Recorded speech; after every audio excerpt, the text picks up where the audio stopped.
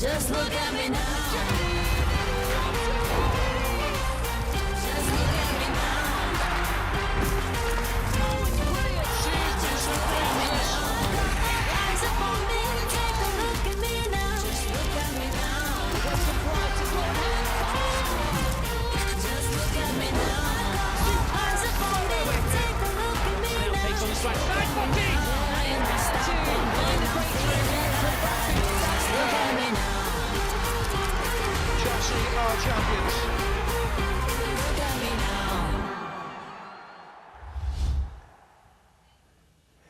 Hello, well, we've had an intriguing few weeks of cup action, but it was back to Barclays Women's Super League duty this weekend. And with just 7 rounds of matches to go, just 3 points separated the top 3 sides.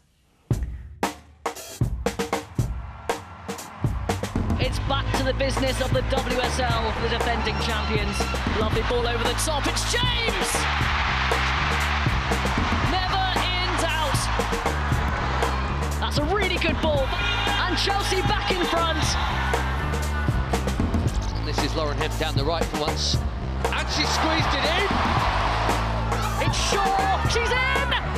It's 1-0 to Manchester City! The first touch is gorgeous, it's there. Miedemar has gone for it. Oh, magnificent.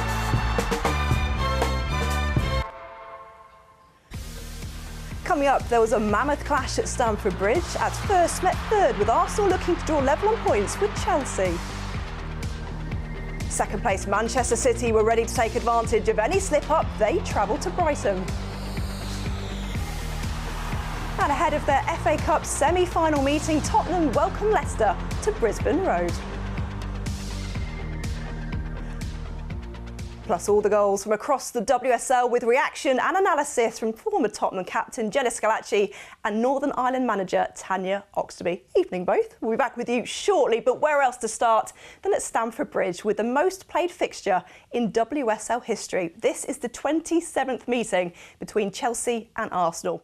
Well, there was a 30-minute delay to kick off after Arsenal arrived with the wrong socks. Yes, you heard that right. They ended up having to wear Chelsea's dark blue socks with the sponsor's logo taped over. Ben Andrews was watching on for us. Familiarity breeding contempt? Maybe. There's a League Cup final coming soon for these two. It was FA Cup duty last time out, so the changes are many. No Bjorn or Ramirez for Chelsea. Perisset and Buchanan start at the back, and with Kat Macario still on the bench, having come off it to score 2 in 2, Lauren James is the focal point forward. She has scored 7 times at Stamford Bridge already this season. Arsenal surely cannot afford a defeat here. 6 behind with 6 to play will be a stretch, even with their many talents, which, like Chelsea's, have been well rotated tonight. Interesting that it's Blackstenius instead of Russo, rather than with her. Only a 4th league start for the Swede, who's scoring plenty elsewhere. Otherwise, entirely as expected. A back 4 that know each other's game backwards, and Valtier's the shield, while the rest go and play.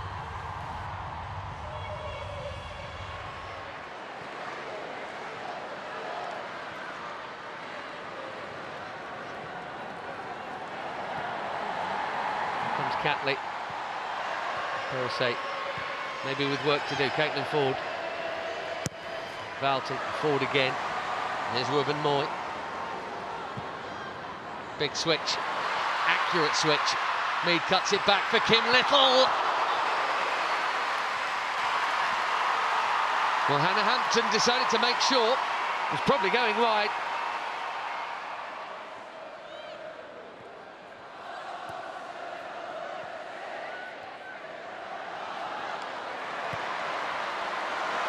Lauren James is in here. First touch was decent. Catley for company. James on her own. It might not matter. She's battered that against Zinsberger, and she's scored again. Every time she plays at the bridge. And the champions strike first in the big one. Well, Palova's not got going. Dispossessed. Not a blue shirt for company. Not one. Didn't matter. She's hit it hard. Too hard, apparently, for Zinsberger. who is inevitably going to feel she might have done more. Chelsea's top scorer on the big stage again. Perisic into James. Killer first touch. She's away from Balti. So strong, and yet the ball's still stuck at the end of the boot. This is Guro Reiten. Kannerud is going to lay it back here for Cuthbert to hit one, deflected and in! They're all looking for a flag, Arsenal. There isn't one. Nusken looked onside.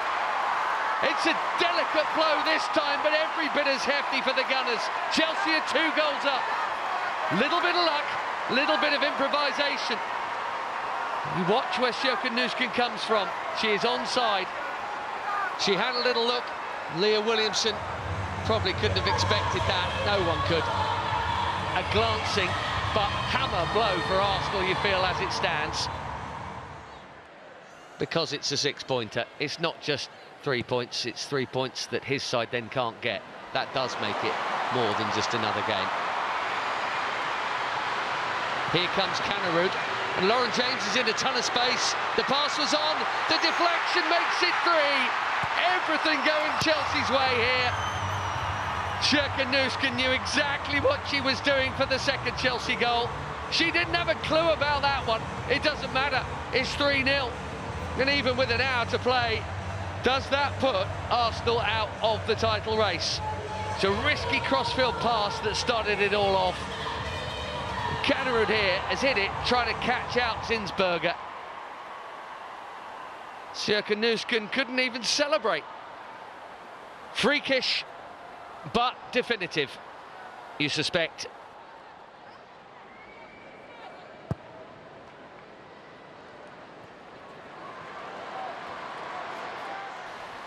Berger.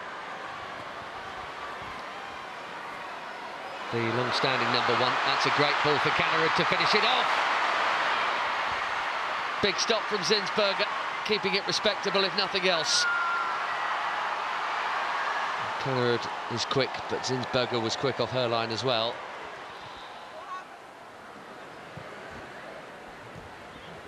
Niamh Charles. James onside here. To really wrap it up. No. Well, not yet anyway. The danger hasn't gone. This is Reiten. That's just too easy. Right through the middle. Didn't take anything clever with the pass. Second time this half, Manuela Zinsberger's had to come out and save the day. It's Emily Fox playing Lauren James onside here. That is way too easy, though, to get in.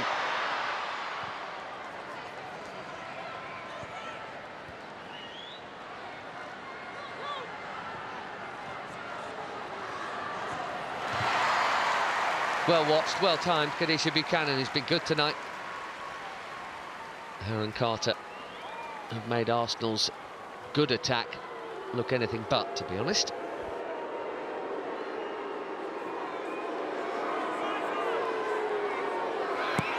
McCabe, little deeper this time. Little, great hit. 5 minutes to score 2 more. It's not much of a celebration from the Gunners skipper. Deflected home by the newly arrived Kat Macario on a night of deflections. Chelsea 3, Arsenal 1. And her final WSL match at Stamford Bridge, as things stand, is going to be a big win. In more ways than one.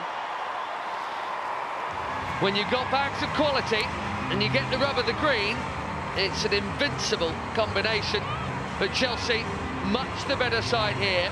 It is over to you, Manchester City, who may now be the only credible challengers to the champions for their well-worn WSL crown. Lauren James on the score sheet again at Stamford Bridge, which is celebrating a home victory. Chelsea 3, Arsenal 1. I said that I expect Chelsea standard, and I saw that tonight in the performance from the players. I thought it was a fabulous effort from every player to deliver, what we needed. I mean, we've been depleted. We've had to play, Lauren James up as a centre forward today, and she did a tremendous job. But this is about the whole team. It was an amazing effort from everyone. I think there were parts of both our positioning and our decision making in not turning over the ball at those moments. We needed that to clearly get that better. We also had some things with our defensive organisation where we were too easy to play within our organisation, which also needed correction.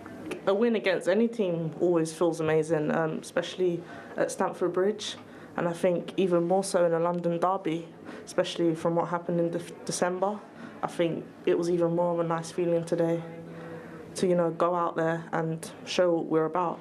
Final question. The socks that Arsenal borrowed, are you going to ask them to wash them before giving back, or can they keep them? No, they're lucky for us. You can have them. I suspect Arsenal probably won't want to keep hold of those ones. Well, look, Arsenal couldn't live with Chelsea, could they? And of course, the match had to be delayed for 30 minutes because of Sockgate and the Blues' social media. Well, they had a bit of fun with this one. Ready to work our socks off? And London is blue, and so are your socks. Well, you two, what did you make of Sockgate?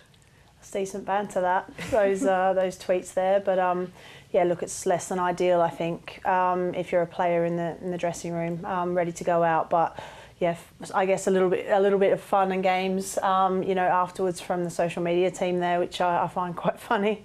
Jenna, if you're a player, you're gearing up for one of the biggest games of the season, in front of the TV cameras at one of the biggest stadiums, and then not only is the game delayed for 30 minutes, but then you have to step out in your opposition's socks. How much does that actually affect you as a player? Yeah, I mean, they're professional athletes at the end of the day, so it shouldn't really cause too much disruption. But I think mentally, I think it did play a part for the Arsenal players. I think, as players, just before you're about to go out to kick off, you have your own routines, your own prep, and for that to be thrown out 30 minutes before kick off, you kind of have to restart and go out. So for me, I felt like Chelsea had the advantage going out after the delay. Yeah, if it did affect Arsenal, it certainly didn't affect Chelsea, did it? They were straight out of the blocks for this one. Yeah, I thought right from the beginning, Chelsea put Arsenal on the back foot, and they really struggled to put any pressure on Lauren James, and she seemed to dictate play with and without the ball, actually. And you can just see in terms of the spaces she's picking up and driving at the Arsenal back four that she was causing all sorts of problems. Yeah, and it was in the midfield areas that I felt Arsenal were losing out a lot. There was a lot of turnovers, sloppy, just uncharacteristic mistakes from the Arsenal midfield. And here for the opening goal, you see Catley there is you want to kind of show Lauren James on the outside, but what Lauren James does so well is she stops the defender dead, and then she accelerates and speeds up again. And I think that's where you've got to do better. You've got to keep her out, show her outside, and the shot, it's got power in it, but you're expecting Zinsberger to do a lot better there for her team. Should we expect more from the goalkeeper there? I think so. I think she's positionally, I'm not an expert, but she seems like she's in a good position there. She gets hands to it, but actually doesn't push it away far enough. And, I don't think the defenders have any chance really to get the clearance after that point. But, Chelsea were really dangerous on the counter all night long. So, that was a classic example. Yeah, Chelsea have got a few injury issues at the moment, particularly in that forward setup. Emma Hayes went with James and Nusketon in a front two. But Lauren James, are we running out of words to describe just how good she is? Yeah, look, she's amazing on the ball, and it's almost like she brings her own ball to the game at times. Like you see here playing into those areas, looking to try and get players in behind. She can do it all. She can come and get the ball to feet. She can look to spin in behind, and here her vision to try and open the play up is exceptional as well, and releases Canada, into 1v1 areas. Yeah, and I think when she's got the ball, it just all looks too easy. Here you see, and there's no real pressure on her, is there? It's like the ball stuck to her foot. 4 players around her and still no pressure. She gets a chance to find the space up on the other side. And here it's the build-up to the goal. But, even here, the shot's off. There's no pressure. There's Arsenal defenders just standing flat-footed. There you need to engage, try and stop the shot at least. Yeah, I agree. Look, there's enough numbers in the box there as the ball comes in that Arsenal can deal with that. And, for Chelsea to get first and then second contact in the 18-yard box, they'll be really disappointed with that, Arsenal, I would imagine. Yeah, if there's one player who loves playing at Stamford Bridge, it certainly is Lauren James, isn't it? And James, of course, got player of the match, and rightly so, but there were also some good performances across the Chelsea team, and Nusketon was one of them, and she got her second of the game, although she didn't know too much about this one, did she, Tanya? No, this is Arsenal turned the ball over way too easily, in particular in the first half, and you can see that Canary picks the ball up, drives in 1v1, and I'm not sure that she knows much about that, but I'm a massive believer in you create your own luck, and the way Chelsea set up to force Arsenal to play into areas they didn't particularly want to, and how direct they were on the counter. I thought they earned a little bit of luck, but for me, you could tell even the way she celebrated, that was certainly not planned. It's possibly two of the oddest goals that she may ever score. But look, Chelsea obviously had their chances. It could have been more, though, had it not been for Zinsberger, the Arsenal goalkeeper, in the second half, Jenna.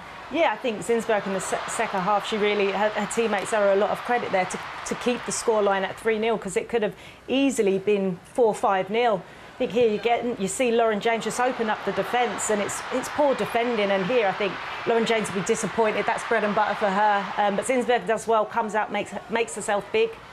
Again here, just caught in possession, and Zinsberger here is just she's strong. She stands up and she gets her foot to that. But again, it's just all too easy down the channels for Chelsea. And the numbers that Arsenal have in the box there, it's they're not dealing with the crosses that are coming in. Chelsea had one player in the box there, and again, you see a 3v2 or a 4v2 there, and actually Chelsea get first contact in the 18-yard box, and I think that might be what disappoints Arsenal. In terms of they pride themselves on making sure that they, shut the back door, if you like, so that they can go forward and attack. And actually, I thought they had good numbers, but didn't deal with the crosses into the box well. For Arsenal, 6 games to go, 6 points behind, and they still have to travel to Manchester City. In reality, is that their title hopes done and dusted?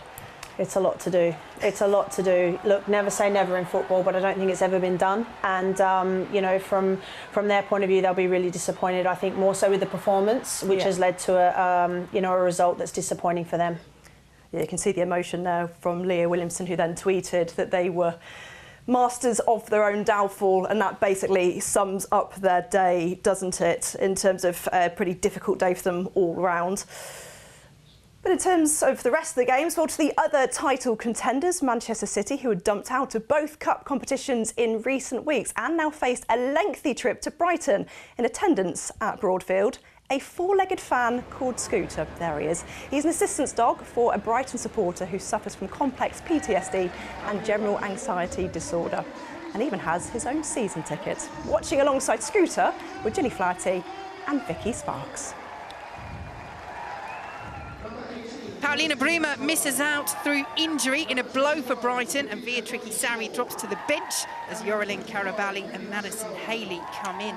Lee Gu-min will be hoping to make an impact from the bench against her former club, just as she did in November when she scored the goal that gave Brighton that first ever win over Manchester City.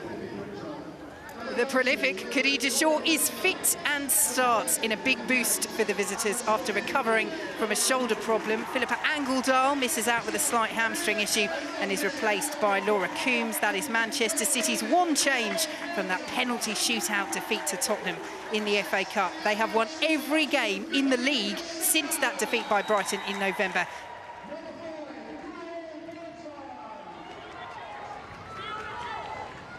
Brighton, as we say, having beaten Manchester City for the first time in their history already this season, certainly have something to build on from that performance. Here is Park. And Hemp could be in here. Hemp for Manchester City. Brilliantly squeezed through. Sophie Baggerly beaten. And Lauren Hemp gives Manchester City the goal they sorely need after the 10 days that they've had. Brighton 0, Manchester City 1. It's a good patient build-up play from City. You see Lauren Hemp, she's right off the back of Lasada. I mean, Bagley, I think, will be wanting to do a bit better with that one. But Lauren Hemp taking the chance quickly, and the power on it enough to beat Sophie Baggerly. And Manchester City have the breakthrough. Here come Manchester City once again. Fowler's there, Fowler scores 2-0. Lovely run, lovely finish. And Manchester City take a grip on this game. Lauren Hemp there, it's a great delivery. Brighton obviously start with playing the ball, so Bagley goes long. And then Mary Fowler completely unmarked at the back post there. 1-2 from Coombs and Hemp, great delivery in. She's in that difficult area as well with Bagley. Does she come, does she stay? Defenders ain't got a clue where she is. It's a nice calm finish from Fowler.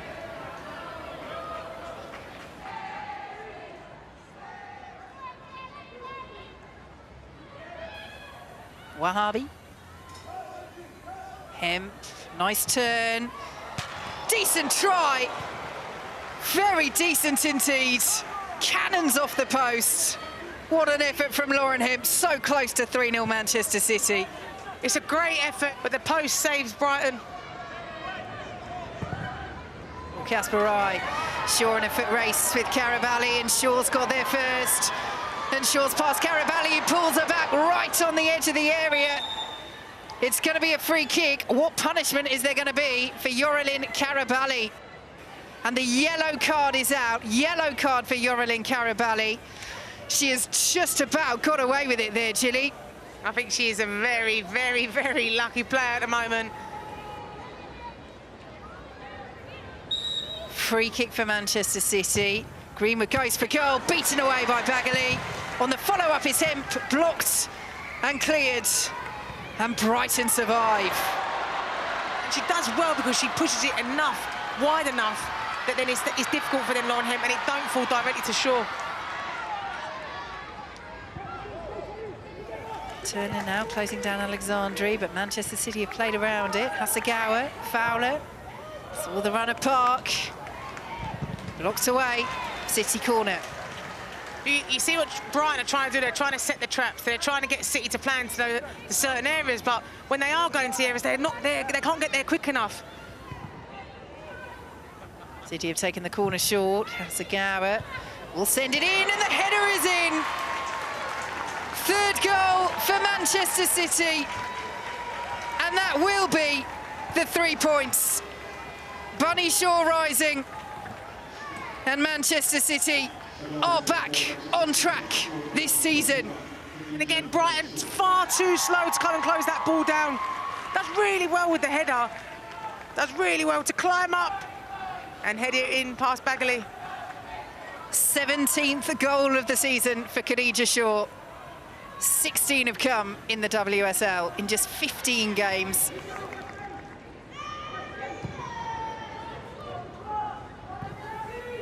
Here come Manchester City. Fowler, it's behind Shaw, it's Coombs. It's 4, and she does have her goal. Swept home. They are very much staking a claim in this title race. They lead Brighton by 4 goals to 0, and they're moving level on points with leaders Chelsea. She's able to just get the ball, passes it into the back of the net, but that's been coming for Laura Coombs, and she's deserved her goal. Brighton looking to at least get on the score sheet.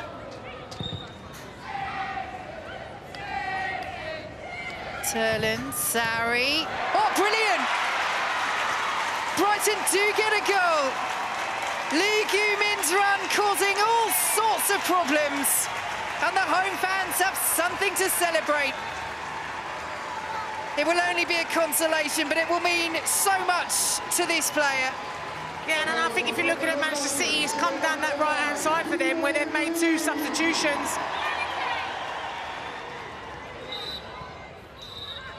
Gareth Taylor's side responding to a disappointing few days with a victory that takes them level on points with leaders Chelsea in the WSL. It finishes Brighton 1, Manchester City 4. It was the game we expected, and we executed the game plan really well. We built up well, we controlled most of the situations, and any kind of slight opportunities for them to counter-attack, I thought the defenders dealt with it really well between them and Chiara. So, yeah, really, really pleased. I thought some of our play was excellent. Although Manchester City had a lot of possession, we felt like we were limiting them to few chances, and I always felt like we were a threat on the counter-attack.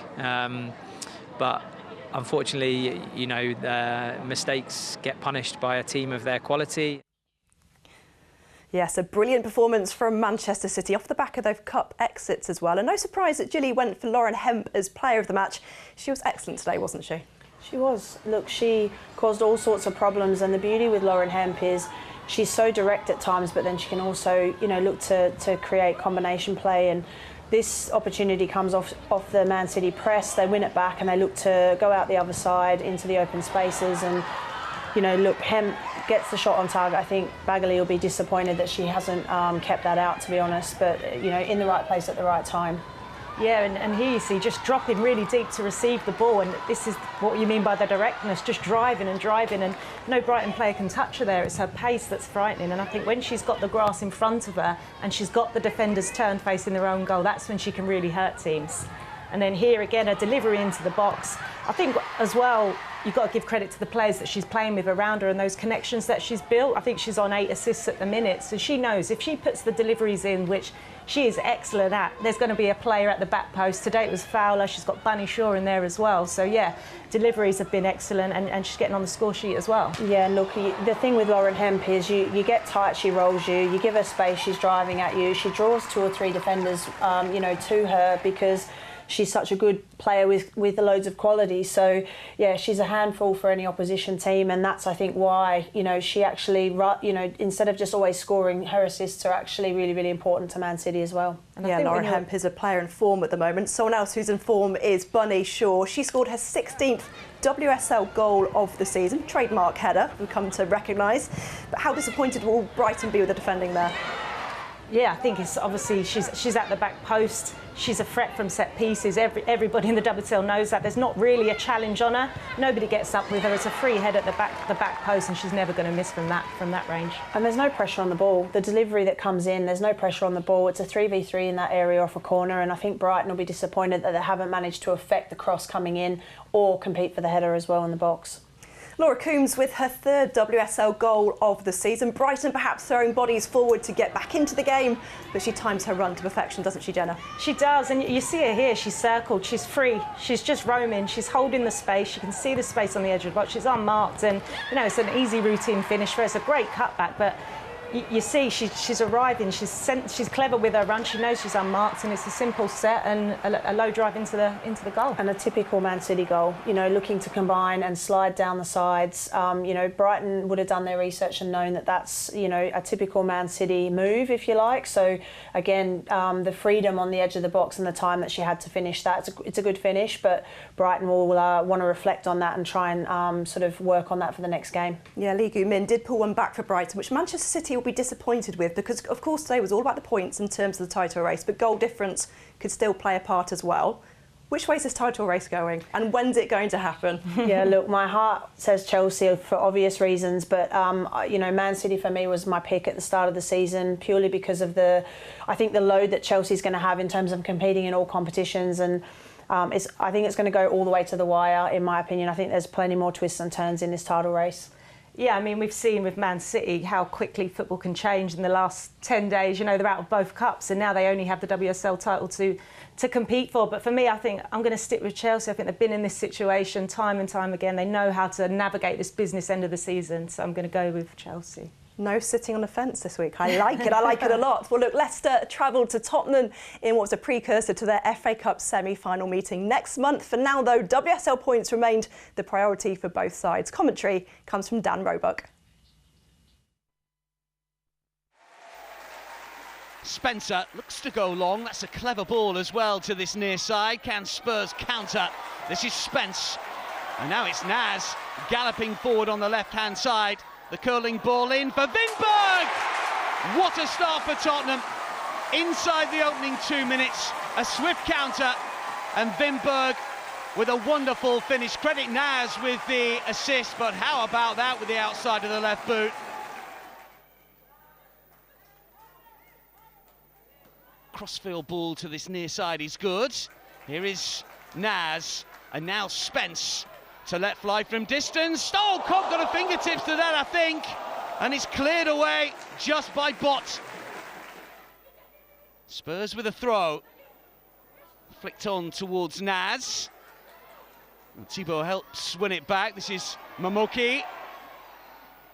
It's a clever touch. This is Whelan, fine save, and it's Petterman, and it's Rantala! Oh, Spencer does brilliantly.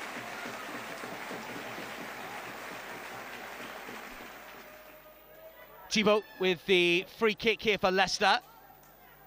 Rantala looking to steal him round the back, away from Neville. Rantala with a shot! Oh, denied by the woodwork.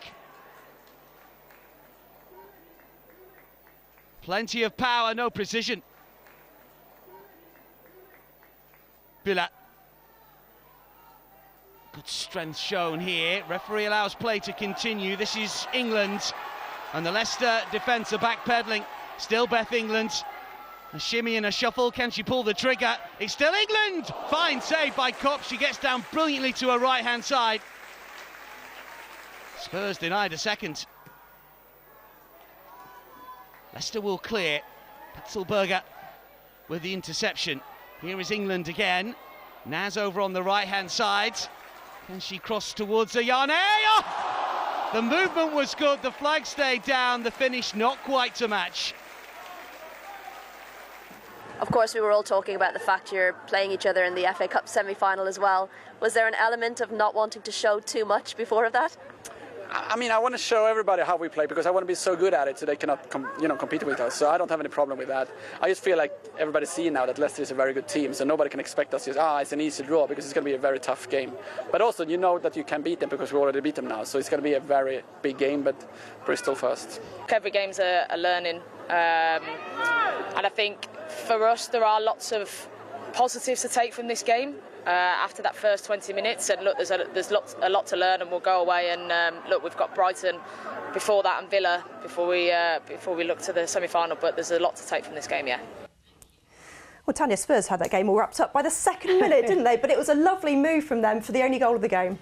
Yeah, again, I think it's the second goal front to back for them. So, a quick release out onto this left-hand side. Really positive play from them, looking to break lines nice and early. Running behind here by Naz. Great ball, first-time ball, and what a finish this is. Front to back, I don't know the times on that, but essentially, look, Leicester nowhere near it. And not so much game over, I wouldn't say, but put them in a really, really good position in terms of for the rest of the game to make sure that they could stamp some authority and get momentum.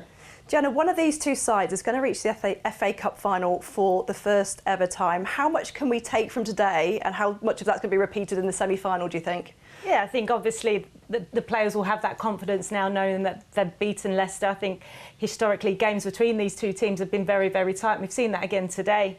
They've still got Bristol to come up against next week. It's another opportunity to continue that winning momentum, get more confidence in, and it's still under nearly a month away now, so lots of work to be done, but they can't get too carried away, and I'm pretty sure the staff will keep their foot grounded and focused on it. But yeah, it's obviously just been announced at the Tottenham Hotspur Stadium, so hopefully the fans get down and play their part.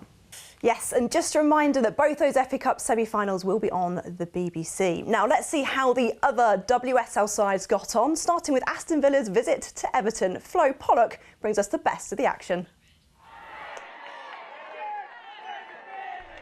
Both Everton and Aston Villa came into this game out of form, and it showed in an uneventful first half. Villa did improve after the restart though, and were rewarded in the 55th minute when Kenza Dali connected with Adriana Leon's back heel.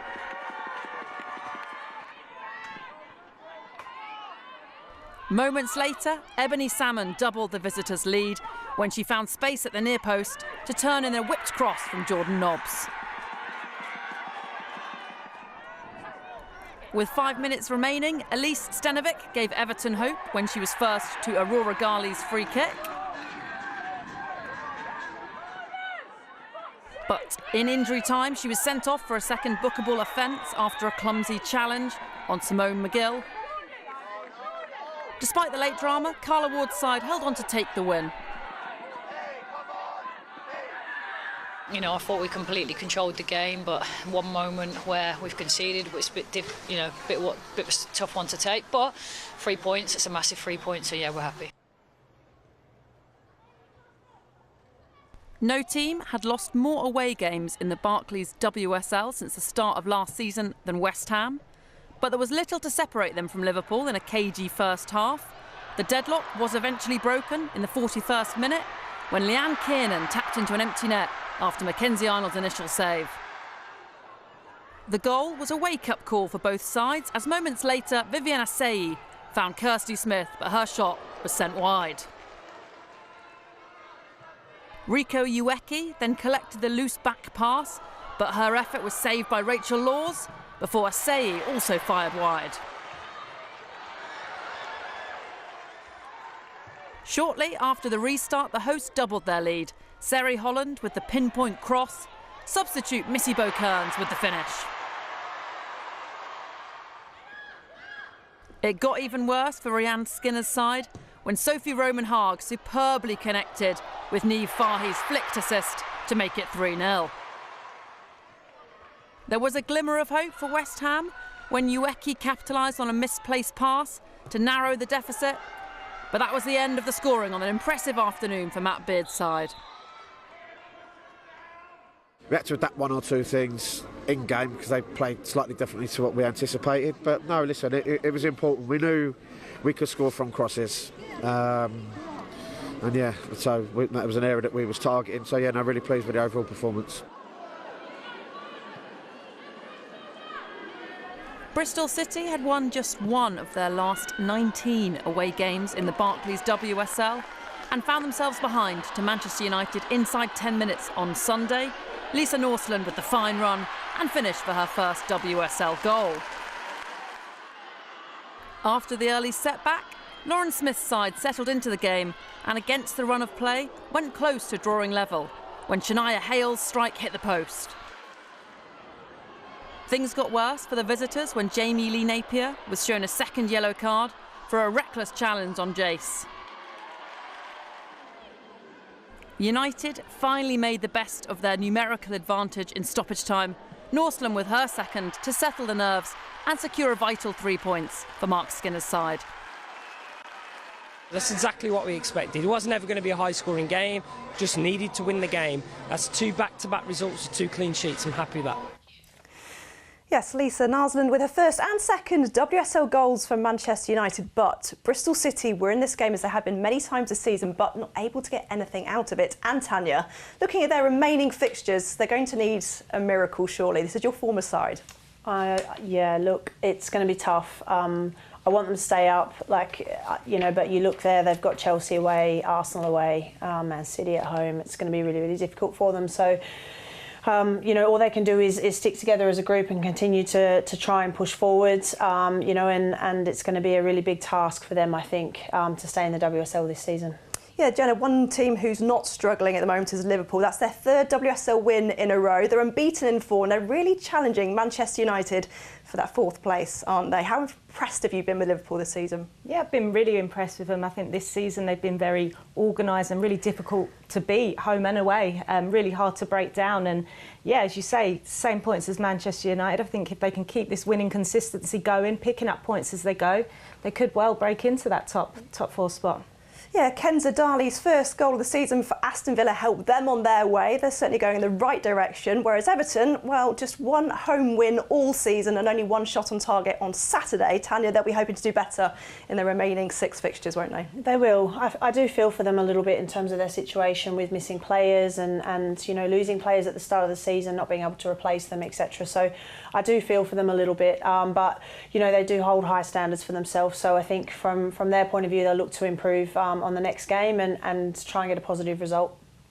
Well, let's take a look at the Barclays Women's Super League table with Chelsea and Manchester City level on 40 points each. The Blues are top by virtue of goal difference. Arsenal now 6 points adrift with 4 defeats and no side has ever won the WSL with more than 2 losses.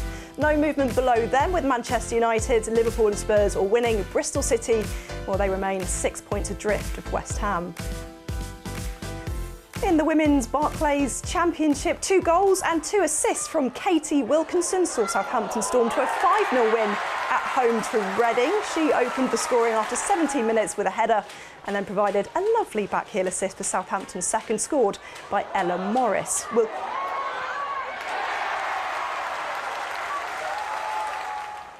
Wilkinson grabbed her side's third before the break, another header.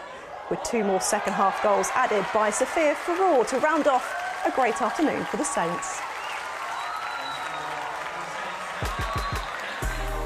Elsewhere, Charlton won away at Durham. Sheffield United beat promotion hopefuls Crystal Palace. There was a goalless draw between Birmingham and Blackburn. Lewis won the battle at the bottom at home to Watford, and London City Lionesses overcame league leaders Sunderland 1-0. Well, it remains as tight as ever at the top, with those defeats for Sunderland and Crystal Palace just a point separating the top 4 sides. Sheffield United move up to 6th, London City swap places with Reading, Lewis and Watford remain in the relegation places. Well, the big matches in the WSL keep on coming, don't they? And we've got live coverage of the Manchester derby from the Etihad next Saturday on BBC One. That's from 12:15. And make sure you subscribe to the Football Daily podcast, which includes the Women's Football Weekly podcast with Ben Haynes and Ellen White, with episodes every week on BBC Sounds. We just talked about the Manchester derby next weekend then. A lot to play for Manchester City, potential title hopes as well. Which way do you see it going, Tanya? I think City will have too much at home for me. They're in great form, scoring loads of goals and free-flowing. I think Lauren Hemp again will have a really big impact on the outcome of that game. Jella, United going to Etihad, they're not going to want to let this one go easily, are they? No, they're not, but it's a huge task at hand, especially now Man City, they've got to get the 3 points to keep the chase alive for the title. Well, look, that's all we've got time for. Jenna, Tanya, thank you so much for your company. Well, it appears our 3-way title race may be down to just 2 teams, Manchester City and Chelsea, following the brilliant Blues' emphatic 3-1 victory over the Gunners. Bye for now. 7 games to go. These next 90 minutes could well be definitive. Ritchie scored again. It's Lauren James for Chelsea. Deflected and in. Chelsea are 2 goals up. The deflection makes it 3. Does that put Arsenal out of the title race? It's an invincible combination for Chelsea.